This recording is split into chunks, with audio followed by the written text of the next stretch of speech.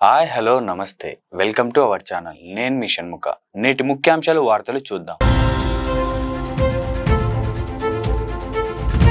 టీమిండియాకు రాష్ట్రపతి ద్రౌపది ముర్ము అభినందనలు తెలిపారు. క్లిష్ట పరిస్థితిలో జట్టు అద్భుతమైన ప్రదర్శనను కనబరిచారని కొనియాడారు. అసాధారణమైన విజయమని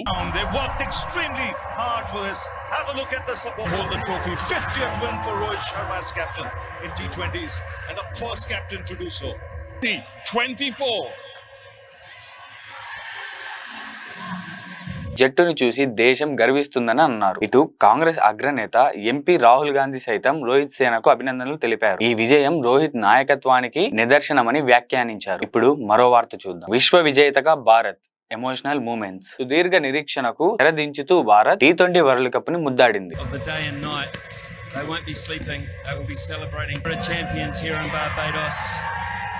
ఆ అపరూప క్షణాల్లో భారత్ ఆటగాళ్లంతా ఉద్వేగానికి లోనయ్యారు. ఒకరిని ఒకరు హత్తుకుంటూ కన్నీరు పెట్టుకున్నారు.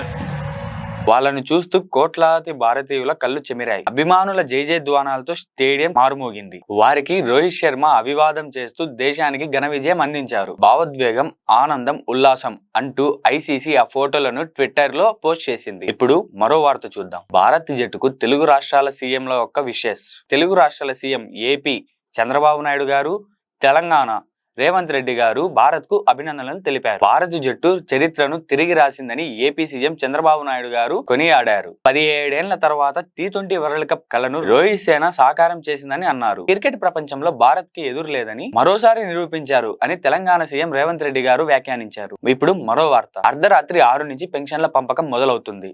ఏపీ పింఛన్ల పంపిణీ రేపటికి 100% పూర్తి చేయాలని అధికారులను సిఎస్ నిరీప్ కుమార్ ఆదేశించారు. ఉదయం 6 గంటల నుంచే పంపిణీలు ప్రారంభించాలని, నిర్లక్ష్యం వహిస్తే కఠిన చర్యలు తప్పవని హెచ్చరించారు. లబ్ధిదారుల ఇళ్ల వద్దకే పెన్షన్లు అందించేందుకు గ్రామ వాలంటీర్లు, వార్డు సచివాలయ సిబ్బందితో పాటు ఇతర శాఖలకు చెందిన కేంద్ర స్థాయి సిబ్బందులను వినియోగించుకోవాలన్నారు. రేపు ఉదయం పెన్షన్ల పంపిణీ కార్యక్రమాన్ని సీఎం చంద్రబాబు నాయుడు గారు ప్రారంభించనున్నారు. ఇప్పుడు మరో వార్త చూద్దాం. అంతర్జాతీయ నిపుణుల బృందం నేడు పోలవరం ప్రాజెక్ట్ కి రానుంది. అమెరికా, కెనడా నుంచి 4 నిపుణులు 4 రోజుల పాటు ప్రాజెక్ట్ ని పరిశీలించనున్నారు. ఎగువ దిగువ కాపర్ డ్యాంలు, డయాఫ్రమ్ వాల్, ప్రధాన డ్యాం నిర్మాణాల ప్రాంతాలపై ఫోకస్ చేయనున్నారు. అక్కడ నిర్మాణాలలో ఎదురయ్యే సవాళ్లను అధ్యయనం చేస్తారు. ఆపై జలసంఘ నిపుణులు అధికారులతో 2 రోజుల పాటు చర్చించి నివేదికను అందిస్తారు. ఇక్కడితో వార్తలు ముగిశాయి. నేటి ముఖ్యాంశాలు. ప్రపంచ కప్ గెలిచిన భారత్. T20లకు రిటైర్మెంట్ ఇచ్చిన విరాట్ కోహ్లీ. సీనియర్ రాజకీయ నాయకుడు డి శ్రీనివాస్ మృతి. కొండగట్టు అంజన్నను దర్శించుకున్న AP deputy CM Pawan Kalyan గారు. కంటోన్మెంట్ ప్రాంతాలను జీహెచ్ఎంసీలో విలీనానికి కేంద్రం ఆమోదం. ఎస్బీఐ కొత్త చైర్మన్ గా చెర్ల శ్రీనివాసులు. T20లకు రోహిత్ శర్మ గుడ్ బై. భారత్ విజయం చరిత్రలో నిలిచిపోతుంది పవన్. జూలై 1 నుంచి BTech counselling. Bharat world cup గెలవడంపై ధోని కామెంట్. వెబ్సైట్లలో 10th క్లాస్ షార్ట్ మెమోలు. నేడు డిఎస్ అంత్యక్రియలకు పాల్గొననున్న సీఎం. భారత్ అభిమానులను వణికించిన ఆ ఒక్క ఓవర్. రానా సినిమాలో కేజీఎఫ్ హీరోయిన్. ఇవి నేటి వార్తలు ముఖ్యాంశాలు. మరికొన్ని వార్తలు ముఖ్యాంశాలతో మళ్ళీ మీ ముందరకు వస్తా. అంతవరకు సెలవు.